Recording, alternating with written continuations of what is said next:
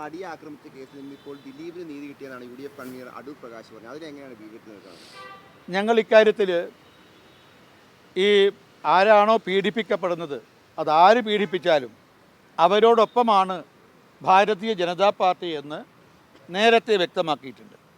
അപ്പോൾ ആ കേസിൻ്റെ വിധിയെ സംബന്ധിച്ച് അത് നിയമപരമായ കാര്യമാണ്. നിയമത്തിൻ്റെ വഴിക്ക് പോകും. പ്രോസിക്യൂഷൻ്റെ ബാധ്യത നമ്മുടെ ഈ പീഡിപ്പിക്കപ്പെട്ടവർക്ക് നീതി ലഭിക്കണമെന്നുള്ളതാണ്. അക്കാര്യത്തിൽ കോടതിയുടെ മുന്നിൽ തെളിവുകൾ ഹാജരാക്കേണ്ടത് പ്രോസിക്യൂഷനാണ്. അങ്ങനെ തുടർന്ന് വീണ്ടും അന്വേഷണം നടത്തിയാൽ കോൺഗ്രസിൻ്റെ നേതാക്കന്മാരും മുൻ മന്ത്രിമാരടക്കമുള്ളവർ ജയിലിലേക്ക് പോകേണ്ടി വരും എന്നുള്ളത് സത്യമാണ്.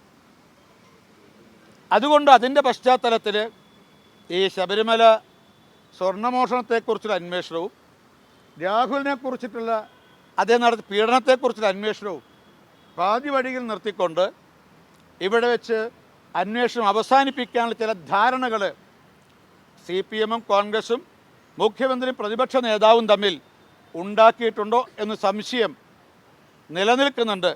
പക്ഷേ വരാനിരിക്കുന്ന ആളുകൾ അതിൻ്റെ കൂടുതൽ തെളിവുകൾ പുറത്തു വരും എന്നാണ് ഞങ്ങൾ പ്രതീക്ഷിക്കുന്നത്.